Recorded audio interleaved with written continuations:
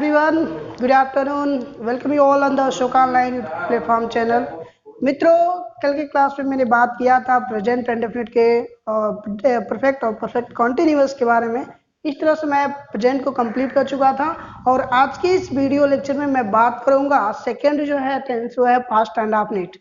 तो स्टूडेंट आइए हम बात करते हैं हमारा यहाँ पे पास्ट इंडेफिनिट के रूल्स क्या होते हैं और उसकी पहचान क्या होते हैं, कैसे आप पहचानेंगे कि हाँ हमारा एग्जैक्टली जो सेंटेंस दिया गया वो पास्ट इंडेफिनिट वही है। तो मित्रों अगर हम बात करें यहाँ पे पास्ट टेंस की, तो पास्ट टेंस में जब कभी भी हम बात करेंगे तो दो चीज की हम बात करेंगे। पहला चीज ये होगा कि उसमें काम जो होगा वो कंप्लीट हो चुका होगा, मतलब पास्ट में, ठीक है, पास्ट के टाइम वो चीजें कंप्लीट हो गया होगा। तो ध्यान दीजिएगा मित्रों, अगर कहीं भी किसी सेंटेंस में, अगर सबसे पहले मैं रूल लिखना चाहूंगा प्रेजेंट टेंस में। अब प्रेजेंट टेंस में भी ये रूल किसका है, तो प्रेजेंट इंडेफिनिट, सॉरी यहाँ पे हम बात कर रहे हैं पास्ट की बात कर रहे हैं, तो यहाँ हम पास्ट इंडेफिनिट की सबसे पहला हम बात करेंगे। यहाँ मैं नोट कर देता हूँ past indefinite, past indefinite tense. तो मित्रों अगर हम पास्ट इंडेफिनिट टेंस की अगर हम बात करें इसके रूल की, तो सबसे पहला जो रूल हमारा बन के आता है वो अफर्मेटिव सेंटेंस के आता है। और अफर्मेटिव सेंटेंस में मित्रों ध्यान दीजिएगा, अफर्मेटिव सेंटेंस में आपसे पूछता है रूल में, अफर्मेटिव सेंटेंस के रूल क्या पूछता है कि बताइए इसमें क्रिया का कौन सा रूप का प्रयोग किया था। तो ध्यान दीजिएगा मित्रों, यहाँ पे सब्जेक्ट होगा, सब्जेक्ट के बाद इस टेंस में हमेशा क्रिया का सेकेंड फॉर्म का प्रयोग किया जाएगा। तो आपसे क्वेश्चन ये पूछा जा सकता है दो तरह से क्वेश्चन कि किस कौन सा फॉर्म प्रयोग किया जाता है पास्ट इंडेफिनिट में, तो V2 होता है। और एक क्वेश्चन और भी पूछा जाता है कि वर्ब का second form is used in which type of tense, यानी वर्ब का जो सेकेंड फॉर्म होता है किस टेंस में प्रयोग किया जाता है। तो ध्यान दीजिएगा वो क्या होता है, पास्ट इंडेफिनिट होता है मित्रों। इसके बाद होता है आपका ऑब्जेक्ट होता है, ऑब्जेक्ट के बाद आपका होता है अदर पार्ट या अदर वर्ड होंगे, ठीक है। सबसे इसमें नोट करने की वाली बात यह है मित्रों, ध्यान दीजिएगा कि पास्ट इंडेफिनिट के टेंस में कुछ ऐसे वर्ड भी आते हैं जिससे हमें पता चलता है कि वो हमारा जो वाक्य हो किसमें है, पास्ट इंडेफिनिट में ही है। तो आइए उन वर्ड की बात करते हैं। जैसे मान लीजिए हमारा दिया हो सेंटेंस में, सेंटेंस के अंत में एस्टरडे दिया हो, अगो दिया हो, ठीक है। इसी तरह से अगर बिफोर दिया हो मित्रों, इसी तरह से द प्रीवियस डे दिया हो, द प्रीवियस डे दिया हो, इसी तरह से आपको दिया हो लास्ट डे दिया हो, ठीक है मित्रों। या फिर मान लीजिए ऐसे ईयर जो कि बीत चुके हैं ईयर, जैसे मैंने कहा, या मैंने कहा लास्ट मंथ, ऐसे मैंने कह दिया, ठीक है।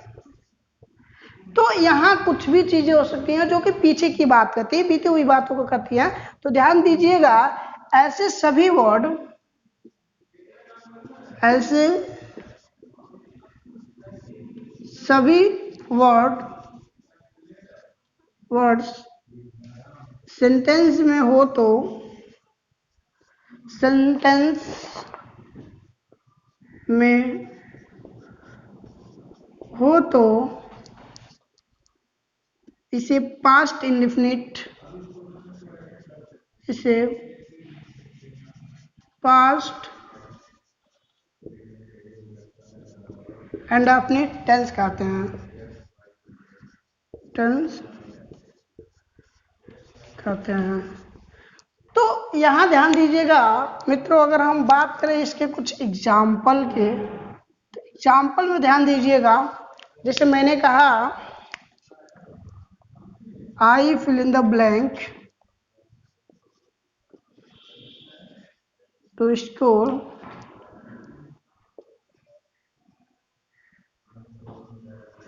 यस्टरडे। एक सेंटेंस और मिला और मैंने लिखा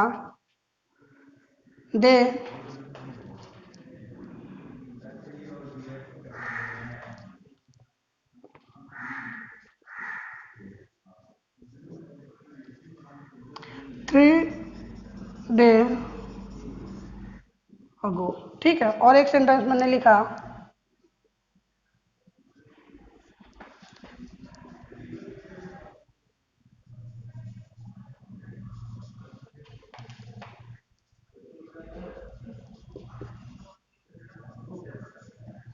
आइए मित्रों, अगर हम यहाँ पे बात करें तो आपको ये चीजें समझ में नहीं आ पा रही हैं कि एक्चुअली इसमें क्या भरा जाएगा। अगर मान लीजिए मैंने पहले वाले क्वेश्चन के लिए ऑप्शन दे दिया गो, वेंट, गॉन, या मैंने लिखा गोइंग, तो आप स्वयं बताइए मित्रों इसमें सही क्या होगा।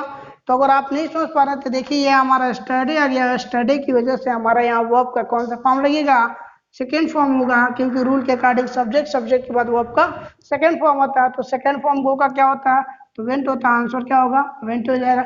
इसमें अगर मैंने ये सेंटेंस के लिए अगर मैं ऑप्शन लेता हूँ, मैंने लिखा मीट, मीटेड,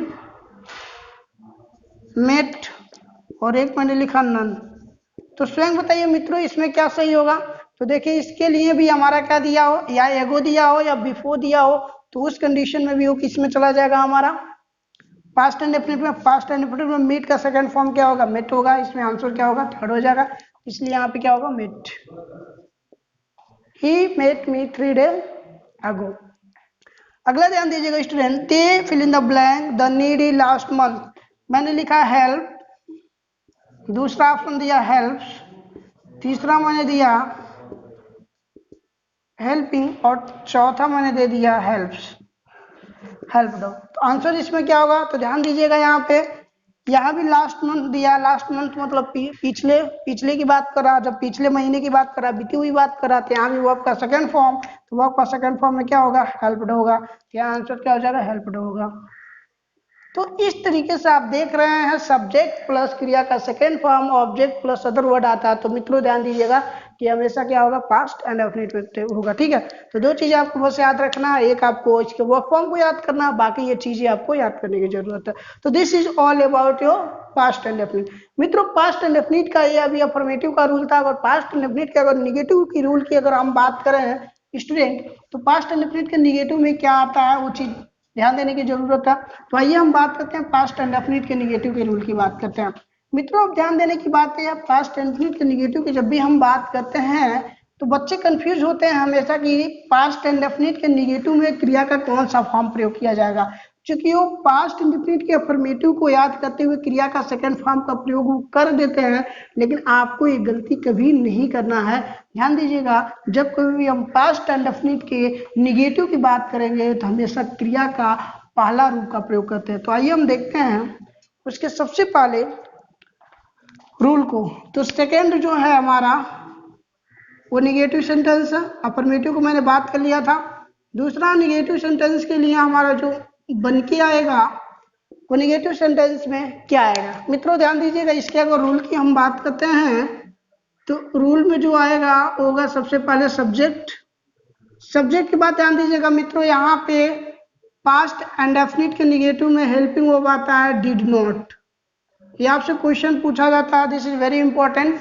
इसके बाद मेन वर्ब का कौन सा फॉर्म लगेगा, इसमें सेकंड नहीं लगता, फर्स्ट फॉर्म लगता है। इसके बाद आपका ऑब्जेक्ट होगा, ऑब्जेक्ट के बाद आपका आता है अदर वर्ड। आइए मित्रों कुछ एग्जांपल के माध्यम से हम समझ लेते हैं। यहाँ पे मैंने लिखा है यहाँ पे आई डिड नॉट हिम और लेटर। अगला दे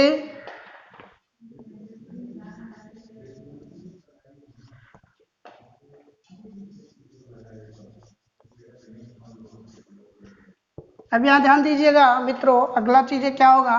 देखो पहले वाले की अगर हम बात करें फर्स्ट वाले सेंटेंस के लिए, तो फर्स्ट वाले सेंटेंस के लिए ऑप्शन मैं अगर आपको दूं तो ऑप्शन मैंने दिया आपको, फर्स्ट ऑप्शन मैंने दिया राइट, बी ऑप्शन मैंने दिया राइटिंग, और सी ऑप्शन मैंने दिया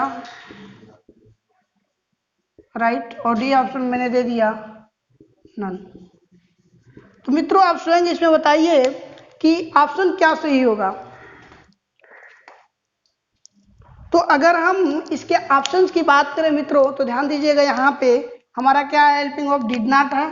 जब ये डिड नॉट हो गया तो जाहिर सी बात है डिड नॉट के बाद क्रिया का कौन सा रूप का प्रयोग किया जाता है, तो क्रिया के फर्स्ट फॉर्म का प्रयोग किया जाता है। तो इसलिए अगर आप इसमें हम चेक करते हैं तो क्या हमें मिलेगा, फर्स्ट फॉर्म कौन सा मिलेगा, देखिए ये हमारा चौथा फॉर्म है, ये हमारा पांचवा फॉर्म है, ये हमारा क्या पहला फॉर्म है। तो ये हमारा आंसर क्या हो जाएगा, सही होगा। ओके मित्रों, अगला ध्यान दीजिएगा, अगर इसकी हम बात करें यह इसमें हेल्पिंग वर्ब क्या प्रयोग किया जाएगा, पहले का था। सेकेंड का अगर ऑप्शन दे दें तो मैंने लिखा वाज नॉट। फर्स्ट अगर मैंने लिखा इसका ऑप्शन की बात करें, first was not. B option की अगर हम बात करें, बी ऑप्शन मैंने दिया आर नॉट। सी ऑप्शन मैंने दिया वर नॉट। और डी ऑप्शन मैंने दिया डिड नॉट। क्या मैंने दिया, डिड नॉट। आइए मित्रों मैं चेक करता हूँ इसमें क्या होगा। तो देखिए यहाँ स्टडी हो गया, तो स्टडी मतलब पास्ट एंड डेफिनिट की बात कर रहा, और पास्ट एंड डेफिनिट में निगेटिव की बात कर रहा, क्योंकि यहाँ नॉट पूरे में दिया है तो इससे पता चला कि नेगेटिव सेंटेंस है।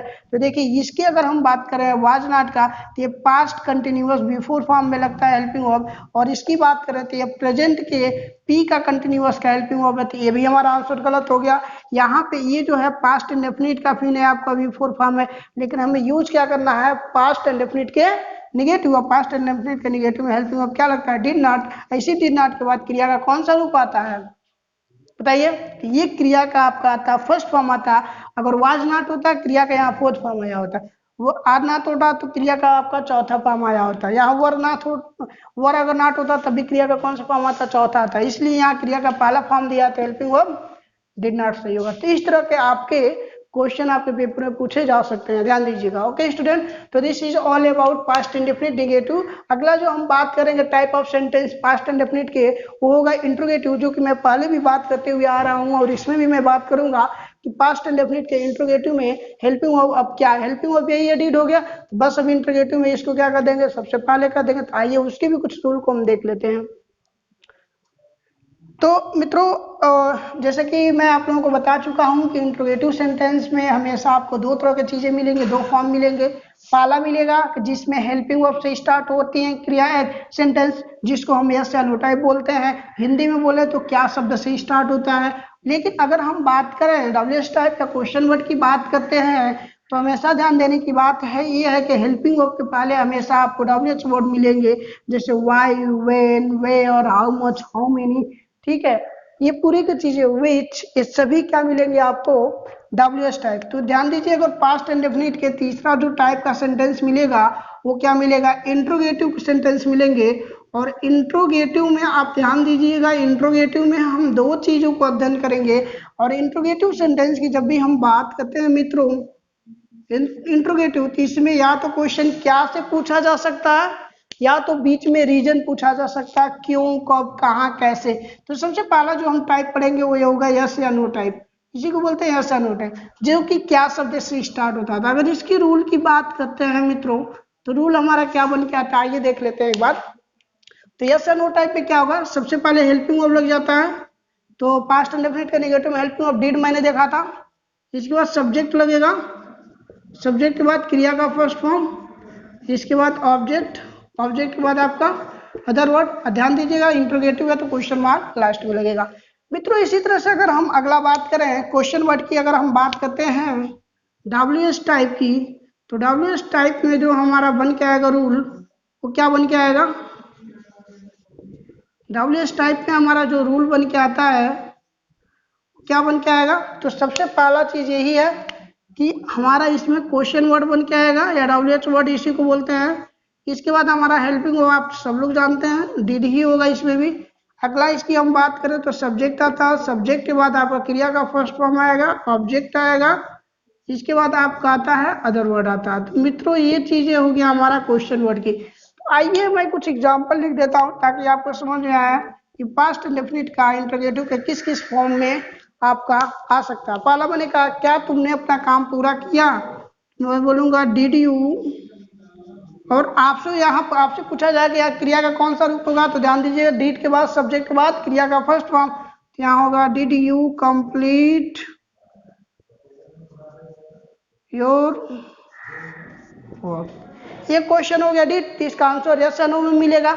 इसको बोलेंगे past and definite interrogative yes या नो टाइप। अगला अगर हम बात करें, अब इसी में रीजन पूछते हैं कि तुमने अपना काम क्यों नहीं पूरा किया, तो क्या क्या बोलेंगे, इस कंडीशन में इस रूल को फॉलो करेंगे, क्योंकि रीजन हम पूछ रहे हैं। जब हम रीजन पूछेंगे तो उसी को हम बोलेंगे क्या, डब्ल्यूएस टाइप। तो यहाँ पर सबसे पहले डब्ल्यूएस टाइप के लिए क्या लग जाएगा, वाई। उसके बाद हमें क्या जरूरत है, डिड की जरूरत, तो डिड हो जाएगा वाई डिड यू होगा। फिर यहाँ पे दोबारा क्या होगा आपका, वो आपका फर्स्ट फॉर्म लगेगा। तो यहाँ क्या हो जाएगा हमारा, कंप्लीट हो जाएगा। बाकी ऑब्जेक्ट में क्या होगा, योर वर्क। तो मित्रों ध्यान दीजिएगा, आपसे इस तरह के क्वेश्चन पूछे जाएंगे। और हमेशा एक चीज हमेशा ध्यान दीजिएगा, जब डिड लगा हो सब्जेक्ट हो तो क्रिया का यहाँ अगर फॉर्म पूछे तो हमेशा फर्स्ट फॉर्म लगता है। इसी तरह से वाई हो डिड हो सब्जेक्ट हो तो क्रिया का यहाँ कौन सा फॉर्म लगेगा, फर्स्ट फॉर्म। इस तरह से एग्जामिनर आपको पूछ सकते हैं, ध्यान दीजिएगा मित्रों। ठीक है, अगर इसी के इंट्रोगेटिव निगेटिव की हम बात करें तो इंट्रोगेटिव निगेटिव में हमारा जो आता है वो रूल, वो हमेशा ध्यान दीजिएगा, यहाँ नॉट जो लगेगा वो हमेशा सब्जेक्ट के बाद लगेगा। अगर हम इंट्रोगेटिव निगेटिव की जब कभी भी हम बात करते हैं, अगर इसी में अगर डी, अगर मैं बात करूं डी नंबर, जैसे डी नंबर की अगर हम बात करें इंट्रोगेटिव निगेटिव, इंट्रोगेटिव निगेटिव की अगर हम बात करते हैं तो इंट्रोगेटिव निगेटिव में क्या होगा, कुछ नहीं होगा। रूल देखिए क्या होगा, रूल में सेम, इन्हीं दोनों में क्या करना, बस सब्जेक्ट के बाद हमें नॉट लगा देना है। तो पहले वाले ऐसे नोट टाइम में क्या होगा, डिड होगा, डिड के बाद आपका सब्जेक्ट होगा, सब्जेक्ट के तुरंत बाद आपका नॉट लगेगा, और नॉट के बाद बाकी चीजें सेम हो जाएंगी। ठीक है, इसी तरह से एस एन ओ टाइप की क्वेश्चन वर्ड की बात करें तो सबसे पहले क्या हो जाएगा, क्वेश्चन वर्ड होगा। क्वेश्चन वर्ड के बाद आपके क्वेश्चन वर्ड के बाद आपका हेल्पिंग वर्ब होगा जो कि डिड होता है। इसके बाद आप ध्यान दीजिएगा सब्जेक्ट होगा, इस सब्जेक्ट के तुरंत बाद आपका नॉट होगा, नॉट के बाद क्रिया का फर्स्ट फॉर्म होगा, बाकी चीजें कॉमन होंगी। तो this is all about interrogative negative sentence. तो आप ध्यान दीजिएगा, ये हो गया हमारा पास्ट एंड डेफिनिट के बारे में।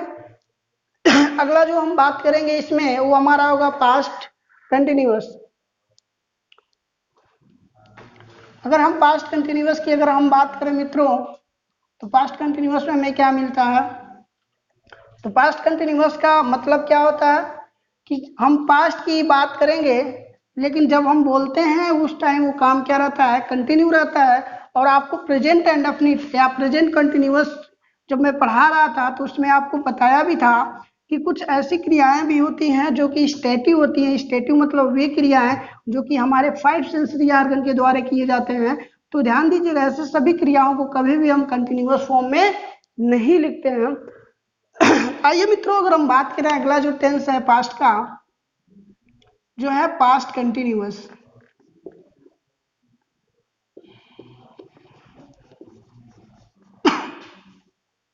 जब कभी हम पास्ट कंटिन्यूअस की बात करते हैं तो सेम पास्ट कंटिन्यूअस का सबसे पहला जो हम बात करेंगे वो अफर्मेटिव सेंटेंस के लिए हम बात करेंगे। अफर्मेटिव सेंटेंस की अगर हम बात करें मित्रों तो ध्यान देने की बात है, अफर्मेटिव सेंटेंस में जो हमारा रूल निकल के आता है, अब आपसे एग्जामिनर क्या पूछ सकता है पास्ट कंटिन्यूअस में, तो पास्ट कंटिन्यूअस में आपको सबसे पहला पहचान पूछ सकता है in the form of rule. तो अफर्मेटिव सेंटेंस के लिए सबसे पहले जो बन के आता है वो सब्जेक्ट होगा। इसमें आपसे पूछा जाएगा हेल्पिंग वर्ब क्या होता है, तो ध्यान दीजिएगा इसमें हेल्पिंग वर्ब वाज और वर होता है। या आपको ऐसे भी एग्जामिनर पूछ सकता है कि इन विच tense was and were is used as a helping verb, किस टेंस में was और were को हेल्पिंग वर्ब की तरफ प्रयोग किया था, तो पास्ट कंटिन्यूअस। ध्यान दीजिएगा। इसके बाद अब आपसे पूछा जाएगा कि क्रिया का कौन सा रूप प्रयोग किया था, तो ध्यान दीजिएगा चौथा रूप। इसके बाद ऑब्जेक्ट होगा, ऑब्जेक्ट के बाद आपका अदर वर्ड होगा। ठीक है, तो आइए मित्रों कुछ एग्जाम्पल ले लेते हैं। एग्जाम्पल में जैसे मैंने पहला लिखा कि I was teaching you English. तो देखिए यहाँ पे वाज हो गया, वाज के बाद आपका क्रिया का कौन सा फॉर्म हो गया, फोर्थ फॉर्म हो गया। तो इस तरीके से ध्यान दीजिएगा, ये हमारा पास्ट कंटिन्यूअस हो गया। लेकिन अब यहाँ आपसे पूछा जाएगा, ये चीजें तो बताने की जरूरत नहीं है, वाज का प्रयोग कब करेंगे, सिंगुलर सब्जेक्ट और आई के साथ करेंगे। वर का प्रयोग कब करेंगे? प्लूरल के साथ करेंगे। ये चीजें आप ध्यान दीजिएगा वाज और वर के कॉन्सेप्ट में। जैसे मैं यहाँ पे स्टार पॉइंट में लिख देता हूँ, वाज का प्रयोग आई एंड फॉर सिंगुलर सब्जेक्ट। ठीक है, तो आई के लिए और सिंगुलर सब्जेक्ट जितने उन सभी के लिए वाज का प्रयोग करेंगे। अगला जो है वो है वर, तो वर का प्रयोग कब करेंगे? For plural subject. किसके लिए करेंगे?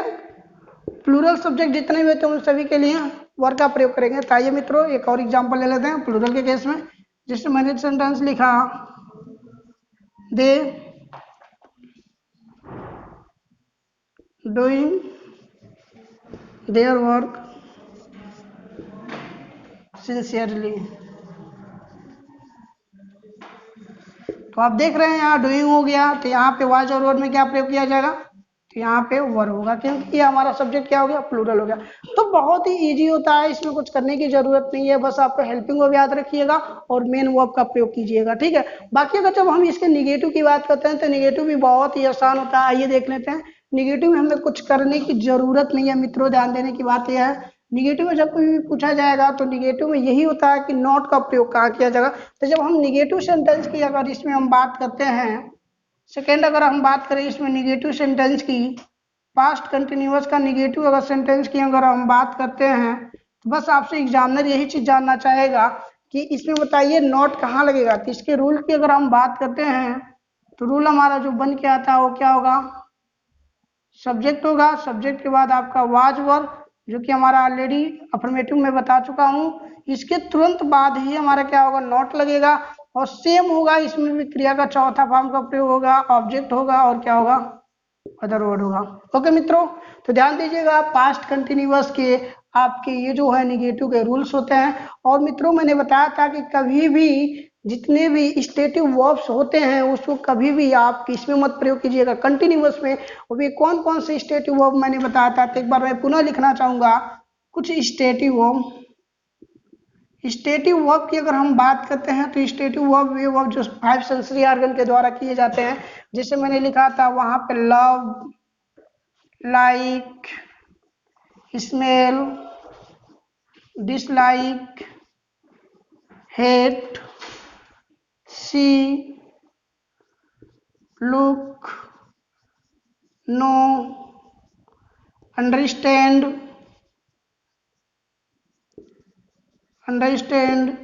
ठीक है। तो बहुत सारे ऐसे होते हैं, ध्यान देने की बात यही है कि जब कोई भी हम 5 सेंसरी ऑर्गन के द्वारा हम करते हैं वर्ब, तो ऐसे सभी वर्ब को कभी भी आप कंटिन्यूअस फॉर्म में नहीं लिख सकते हैं। इन वर्ब को कभी भी हम कंटिन्यूअस में प्रयोग नहीं करते हैं। तो ये मैं प्रेजेंट कंटिन्यूअस जब पढ़ा रहा था उस समय भी मैं बताया था, और एक बार पुनः मैं क्या यहाँ भी बता दिया हूँ कि they are not used in the continuous form.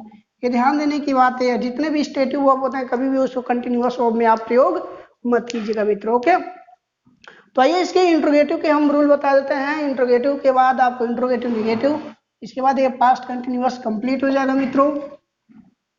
चलिए आइए तो हम बात करते हैं इसमें इंट्रोगेटिव के सेंटेंस की। तो जब हम इंट्रोगेटिव सेंटेंस की बात करते हैं पास्ट कंटिन्यूअस के इंट्रोगेटिव सेंटेंस में, तीसरे भी हम 2 टाइप के इंट्रोगेटिव सेंटेंस की बात करेंगे। पहला होगा यस या नो टाइप और दूसरा आपका होता है क्वेश्चन वर्ड। तो आइए बस इसके हम क्या करेंगे, स्ट्रक्चर को देखेंगे, बाकी आप लोग सेंटेंस जानते ही हैं। तो जब कभी भी हम इसके इंट्रोगेटिव सेंटेंस की अगर हम बात करेंगे तो इंट्रोगेटिव में 2 चीजें आपको मिलेंगी, ध्यान दीजिएगा। इंट्रोगेटिव सेंटेंस की अगर जब हम बात करते हैं तो इंट्रोगेटिव सेंटेंस में सबसे पहला जो हम रूल लिखना चाहेंगे वो होगा एस या नो टाइप, जो कि हम पढ़ते हुए आ रहे हैं पहले से ही। और एस या नो टाइप की अगर हम बात करें पास्ट कंटिन्यूअस के इंट्रोगेटिव का, तो रूल इसमें क्या होगा, सबसे पहले हमारा हेल्पिंग वर्ब है, क्योंकि आप जानते हैं एस या नो टाइप में हेल्पिंग वर्ब आता है।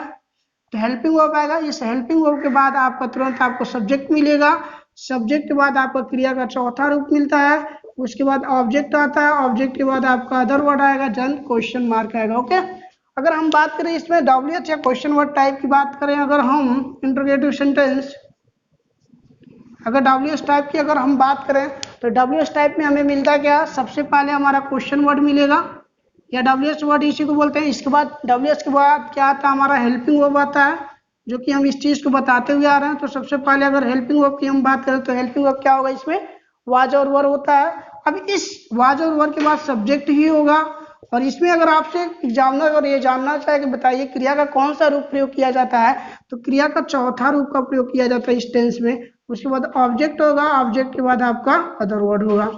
ओके मित्रों, तो this is all about your past continuous interrogative sentence. अगर हम बात करें इसी के इंट्रोगेटिव निगेटिव की बात करेंगे तो हमें कुछ करने की जरूरत नहीं है, सिर्फ इस सब्जेक्ट के बाद हमें क्या कर देना है, नॉट को एड कर देना। तो मैं यहाँ पे नोट पॉइंट में लिख दूंगा interrogative negative, interrogative negative sentence में नॉट का प्रयोग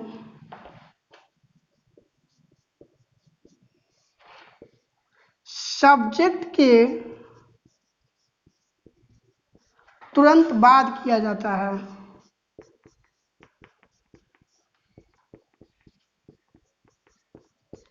तो स्टूडेंट, उम्मीद करता हूँ ये चीजें आपको समझ में आ गया होगा पास्ट कंटिन्यूअस के बारे में। और आपसे एग्जाम दो सिर्फ यही चीजें पूछना चाहेगा, इसके पहचान तो पहचान कैसे करेंगे, हेल्पिंग वर्ब से करेंगे और मुख्य क्रिया से करते हैं। तो this is all about your past continuous. आज के लिए इतना ही मित्रों, और कल के क्लास में मैं बात करूंगा पास्ट परफेक्ट के बारे में। तो thank you, have a good day.